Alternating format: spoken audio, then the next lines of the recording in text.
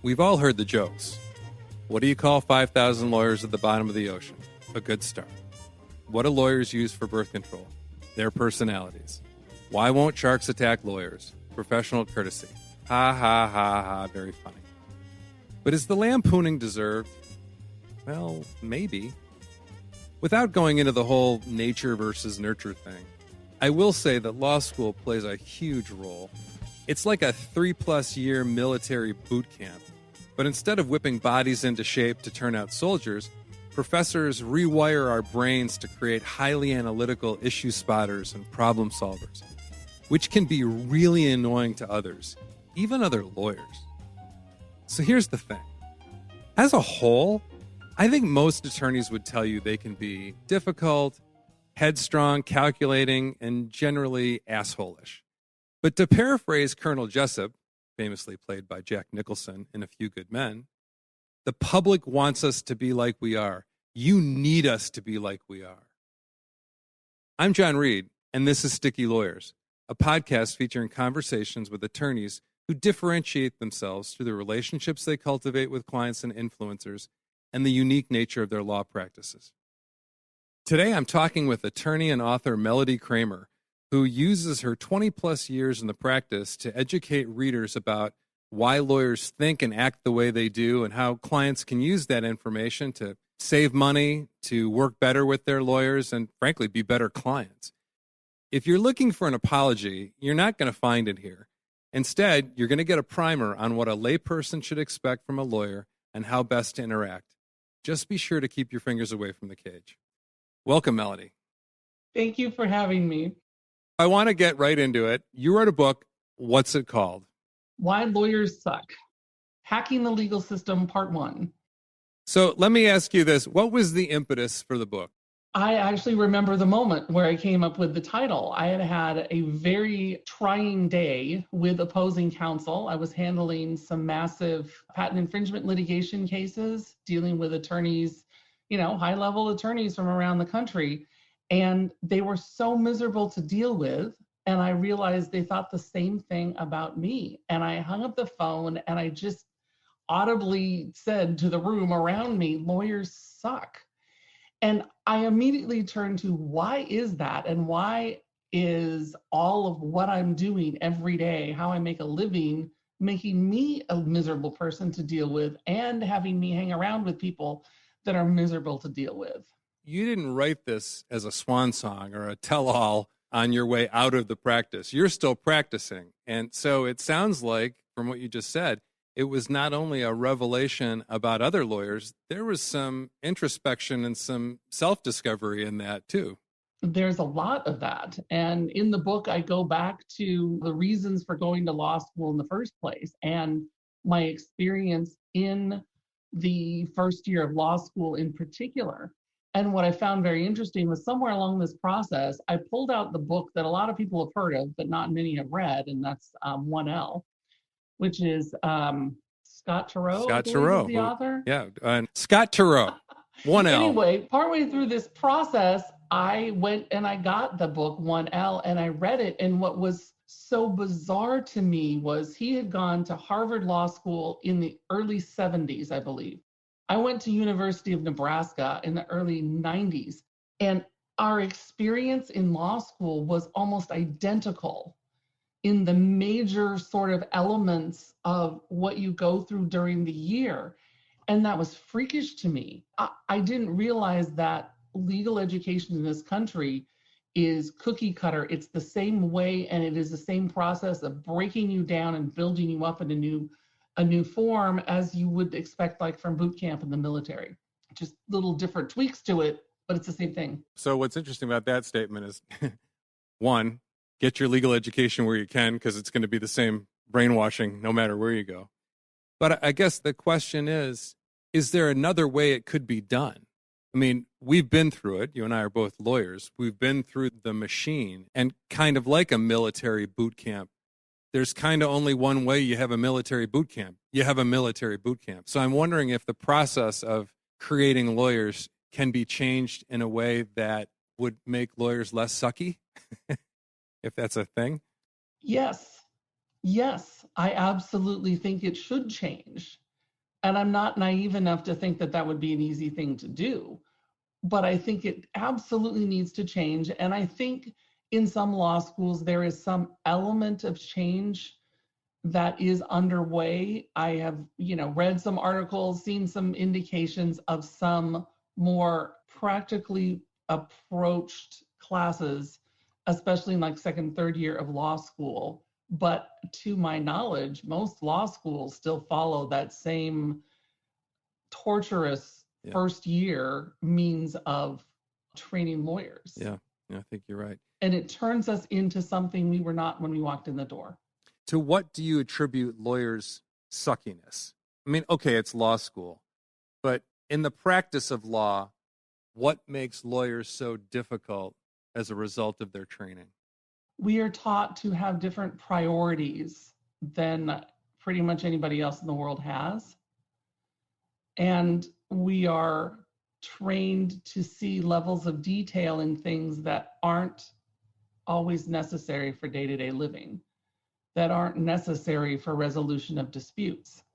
The court system and our legal system, especially the common law system, where we have this ever-increasing ocean of prior decisions that we argue are or are not in favor of whatever what we're arguing for the day is inefficient, and it really doesn't help regular people. And because it is so complex, there's not access to real justice for a lot more than just poor people. People who are, middle class, businesses, whatever, can't afford that crazy process that we are taught to play. I've just seen this over and over again. I've been a trial lawyer for all of these years of my practice. And I see businesses run into the ground over a single dispute, sometimes a single dispute, maybe with a former employee or some business deal gone awry. And they'll spend the next 3-4 years in litigation, draining all of their resources and time and money into the battle that destroys everybody. And maybe the lawyers will get paid, but really it's not doing any good to society. It's not doing good to anybody. And it's, causing early graves for the lawyers. So it's really not helping anybody. And to be fair, that's not just because in a matter like that, it's a bunch of greedy lawyers and a judge that buys into the system. It's the system that requires that process to resolve the dispute short of a settlement. Yes. We take little disputes and we blow them up and make them bigger and stretch them out and analyze them under our microscope. And we find new things to argue about. And we do this as long as the money lasts. Your book is less of a how to not suck for lawyers than it is more as a kind of what I alluded to earlier, a primer for clients and maybe even pro se litigants to understand lawyers and the system that they work in. Is that a fair representation? Yes, it is. I haven't gotten to the book, that gives more guidance to lawyers of how to not suck. That's in progress. But I figured I had to start out with, what they say with alcoholics and drug addicts. The first thing is to admit you have a problem. Okay. And for me, this was sort of the admitting I have a problem and my fellow lawyers have a problem. And while we haven't figured out how to fix that yet, you non-lawyers who have to deal with attorneys, here's some insight. And here are a few tips on how to navigate this crazy landscape that you find yourself in. You mentioned your origin story for the book. I remember I spent a full day doing depositions. I came home. I think I was in my first year of marriage. Came home to my wife, and I don't know if I asked, like, what's for dinner or what are we doing for dinner, but I found myself saying, it's a yes or no question. Just answer yes or no. And that was the aha moment of, oh my gosh, I'm living this lawyer thing, and I either need to figure out a way to wall it off or do something different. And I guess I chose the latter. And you're not the only one. I hear these stories all the time about how being a lawyer and even law school has dramatically interfered with interpersonal relationships, with spouses, with children. It happens all the time. It's not an anomaly. It happens for everybody. I don't know any completely well-adjusted lawyers unless they are out of litigation, for one thing, and don't work a regular law firm job. The only reasonably happy lawyers I know are ones who have taken an alternate path. In your book, you offer hacks, as you call them, that a client can use to save time and money and reduce the headaches when dealing with attorneys and legal issues. Can you give us some examples of those hacks? Some of them are just being sort of aware of things as you go along and interacting with your environment differently. For example, and I've heard this time and time again, I have clients try to talk to me out in the hallway of outside the courtroom before a court hearing and just deluge me with all these new additional facts about a case. And I can't comprehend that then at that moment, that point in time. I simply cannot. Yeah. And so I'm sure at a point later on, they're like, I already told you this. Well, yeah, you told me that in an environment that I was not going to comprehend it. Send me an email, talk to me in a regularly scheduled appointment, not when I'm under the effects of the adrenaline of just before a court hearing. Melody, I'm curious, should lay clients treat their lawyers more like doctors and not be afraid to get second opinions, especially when there's so much on the line? That is not something I've heard a lot of, and yet it seems like it would be in line with these hacks that you've described. Totally, although not in the sense of talking to somebody who's in law school or did a Google search. Yeah. Although I will tell you this, there's so much information available out there. And I have, in fact, had clients come to me saying, look, I understand I'm not the lawyer, but I did a Google search and I found this. Is this accurate? That is so helpful to me. Yeah. Because I cannot know everything about everything. I can't. And if I have to search out every single question independently, pulling up Westlaw or Lexis, and it takes a lot of time and money. A Google search may well find something that is helpful for me to then dig down and say, yes, that applies to you, or it does not apply to you. You actually just gave a lawyer tip within there. You didn't know that. Even though your book is meant for non-lawyers. If you're a lawyer and a client comes to you and says, I did some research and I found this, if your knee-jerk reaction is to say, let me do the research, you just be the client. If you as a lawyer dismiss it, you're making a mistake. I have a colleague who says that there are no pediatricians anymore because all the moms go to WebMD. I think you do need to respect the client that wants to be educated. The internet has, I'm not going to say leveled the playing field, but with all the information that's out there and the rise of the general intelligence and people wanting to educate themselves, I think you have to take that seriously. Absolutely take it seriously. And I actually encourage my clients to do that. And it has helped me immensely because then I'm not fighting against them thinking that I read this on the internet, my lawyer says this, which do I do? What? Let's talk about it and let's sort out if there's a discrepancy. The other thing that I found in that process is, for example, in drafting contracts, it takes a lot of time and therefore a lot of money to draft contracts for businesses starting from scratch. I need to talk to them about their business, about what they do, this, that, and the other thing. And so the price tag is going to be a lot higher than if they, for example, go spend their own time, Google around, look for forms, and put together a draft based on stuff that they found on the internet. It takes a lot less time for me to go through and vet that and raise some red flags, add a few clauses here and there. It's a lot cheaper for them, and it's frankly less stressful for me. Sure. So, of course, the name of this podcast is Sticky Lawyers, and the idea that lawyers are memorable for good reasons.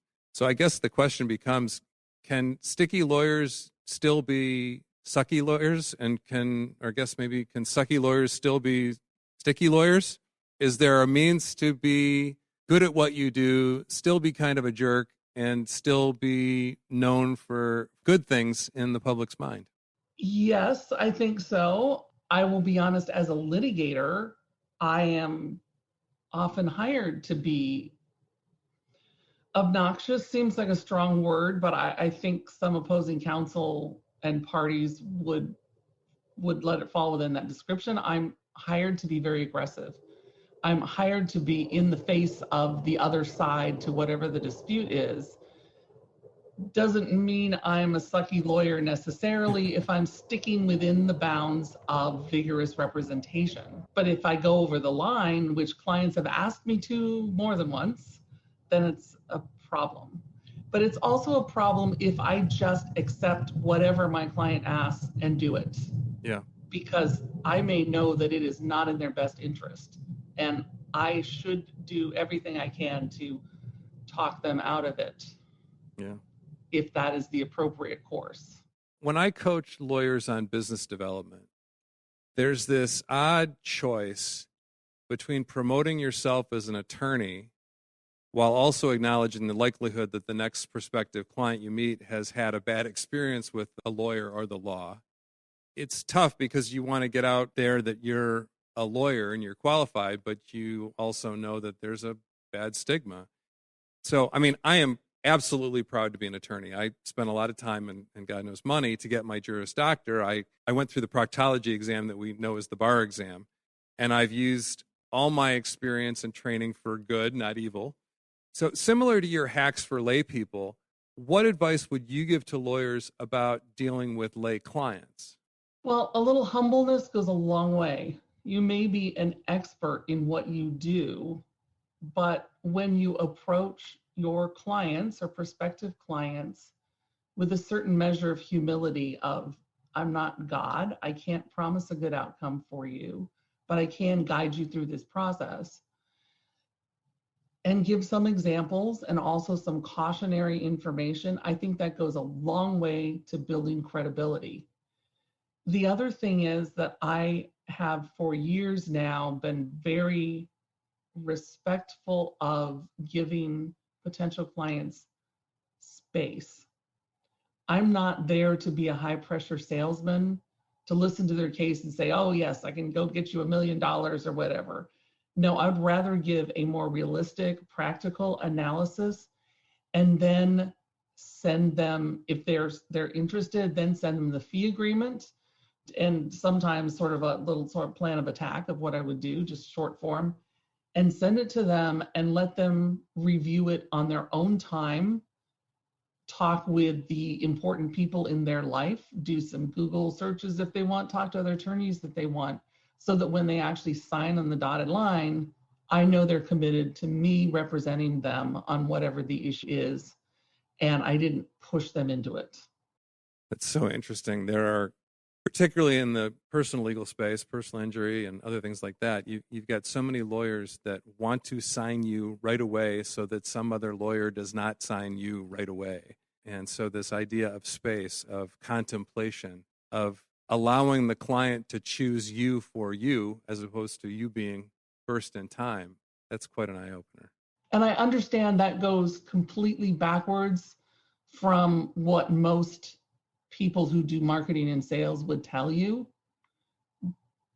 But I think the proof is in how your practice develops. And right now, I routinely get inquiries from people who want to get me more potential clients, more leads every month. Yeah.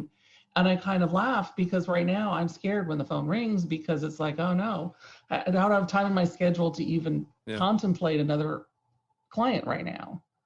So something I've been doing over the years is working. Let me ask you a question. Have you ever had a situation where you talked to a potential client, gave them advice, gave them their space, they went with another attorney, and then they came back to you because upon contemplation, you were the better choice?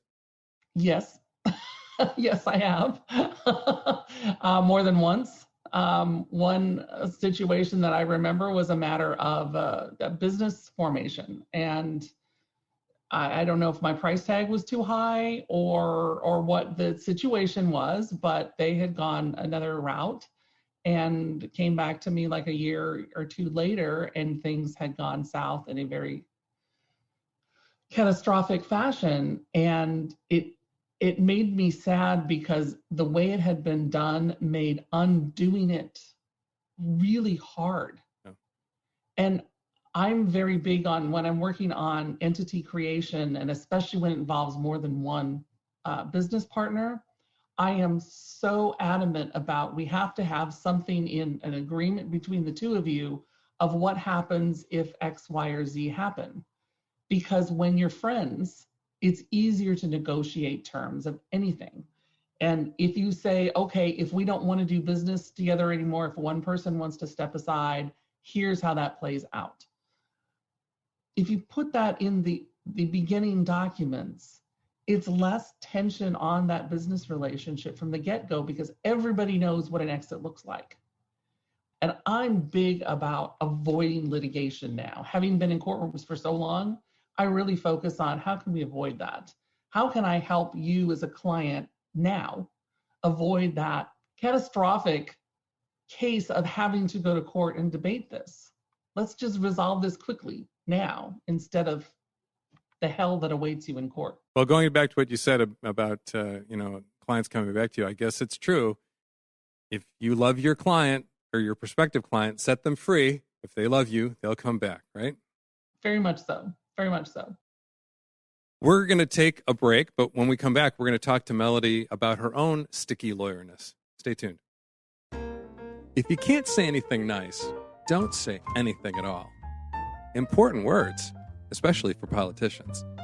But what about if you can't say anything valuable? Don't say anything at all. That's the guiding principle for the Rain BDM newsletter. Every day, our team gives and gets valuable advice, useful information we often share in our newsletter. We cover business development tips and techniques, marketing hits and misses, legal industry trends, all in our signature Rain BDM style. To sign up, visit Rain BDM. Scroll down to the bottom of any page and fill in your contact information. Then click Submit. It's just that easy. I promise we won't bore you or spam you or harangue you. And if you want to say something nice about our newsletter to your colleagues and friends, that would be great too. Thanks in advance for subscribing. Now let's get back to our guest. Melody, to switch gears here, describe for me what it means to be a freelance lawyer. A freelance lawyer is someone with all the credentials for being a lawyer, but who is working in a non-traditional relationship with a law firm. As in, they're not an associate, they're not a partner, they are their own independent lawyer, but they are doing work for a law firm. The law firm is the one with the relationship with the client. Okay, so I guess by your definition, it's different from a solo practitioner because... Solo practitioner has direct clients. They're just a smaller size. So the freelancer, the law firm for whom they are doing the work is the client. Yes. You have lived the life of a freelance attorney. Tell us about your career path and why this designation of freelance lawyer has become so important to you. Well, when I graduated from law school in '93, the economy had tanked. And that had great ripple effects to legal placement for lawyers getting out of law school. I think in 1 year, it had gone from somewhere in the 90s, a placement of law graduates before graduation to about 37% the year that I graduated. And so even people who were on law review were struggling to get job offers. And I was, the top 55% of my class. So I wasn't in the running for, nor was I seeking a, large law firm position. I was in Nebraska, so there aren't that many large law firms anyway there. I actually wanted to do criminal prosecution in California. I think there were only maybe like 3 counties that were even hiring at that time, and the competition was fierce. So here I am, I've got my JD, waiting for my bar results, and I had to go back to working temp secretarial work to pay the bills while I'm waiting for my bar results and looking for a job. It was really demoralizing at the time, but you've gone that far, you've just got to keep pushing wherever it is you can work. And for me, I asked the temp agency where I worked, and this is before even legal placement agencies were few and far between, and there certainly weren't any in Nebraska. But I asked the temp agency I was working for, if you get a call in from a law firm, I don't care if it's emptying the trash, put me there. I don't care. I just want to make those connections. They eventually did, and I took a week off from my other temporary gig at a software company and took a week and at this law firm and was receptionist for a week.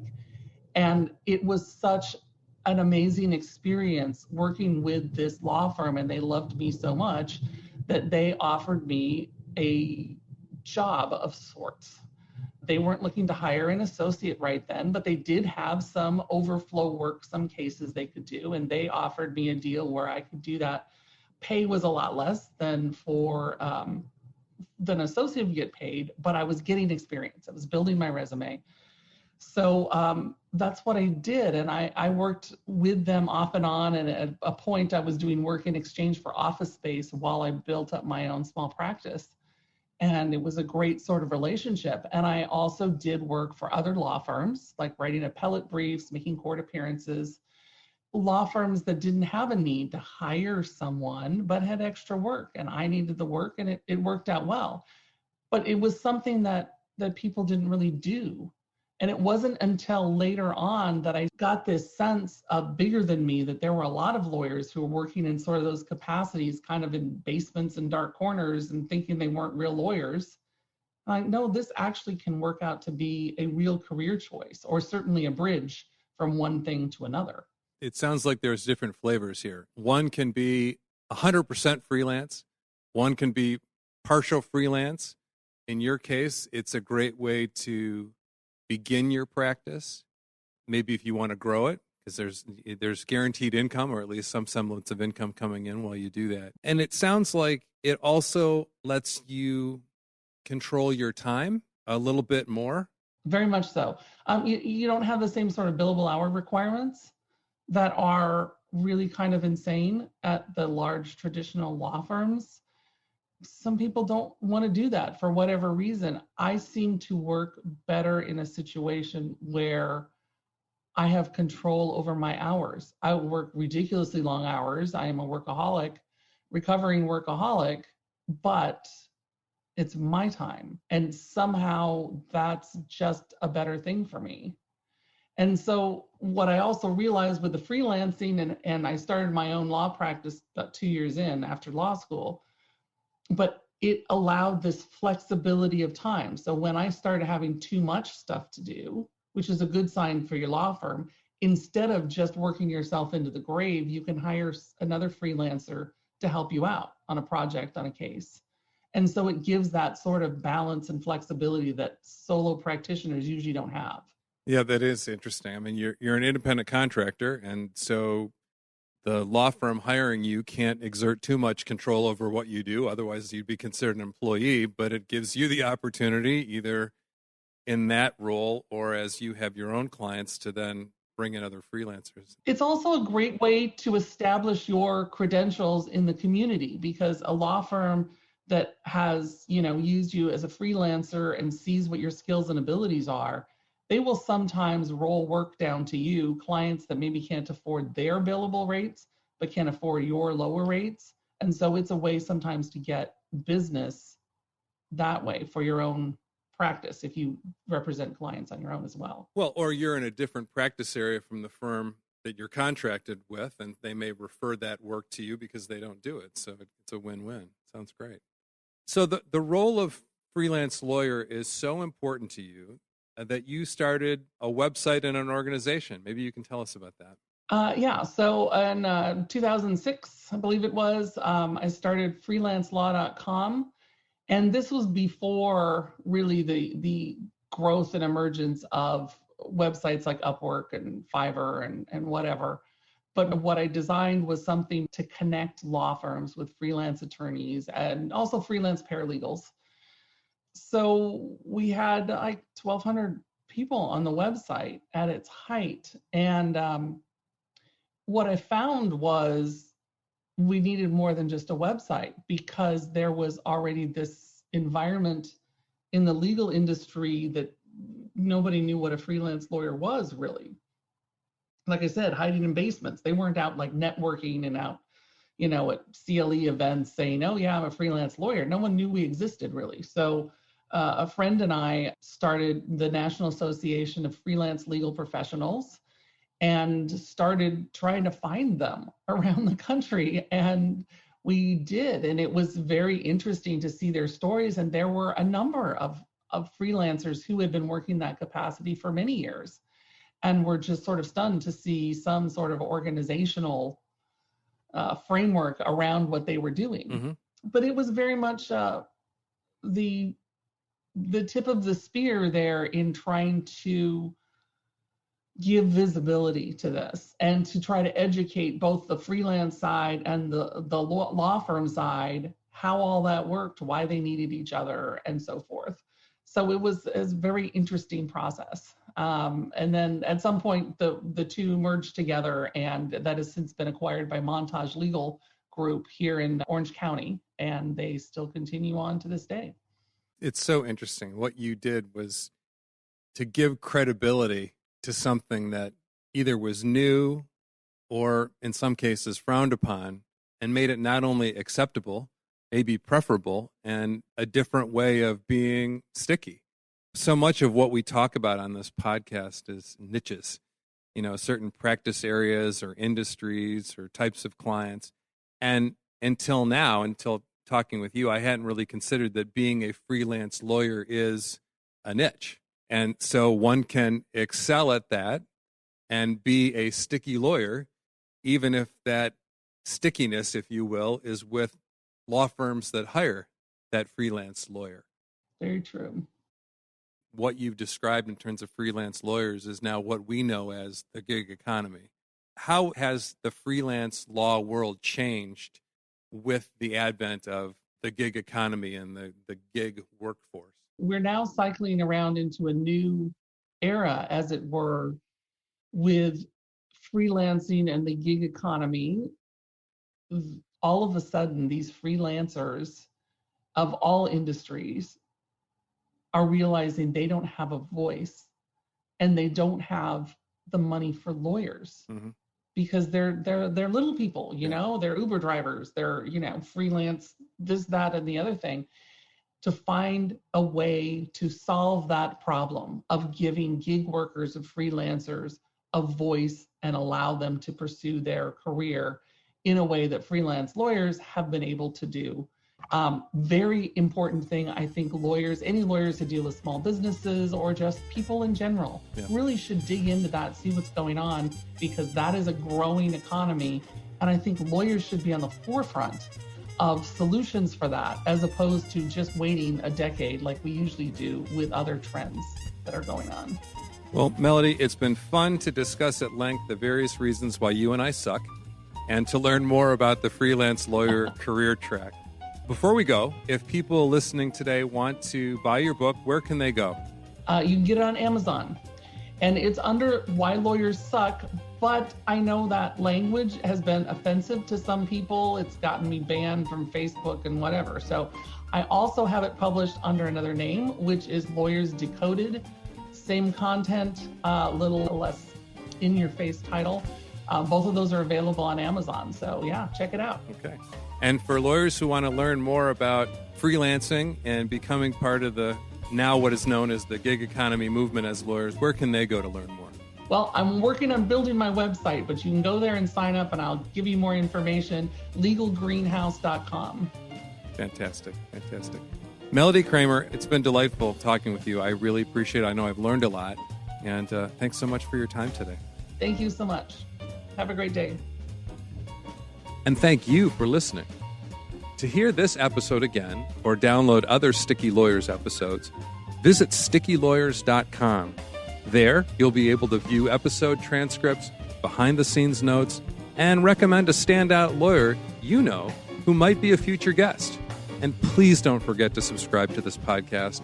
Everyone at Rain BDM who works so hard to produce this podcast would greatly appreciate it. Until next time, I'm John Reed, and you've been listening to Sticky Lawyers.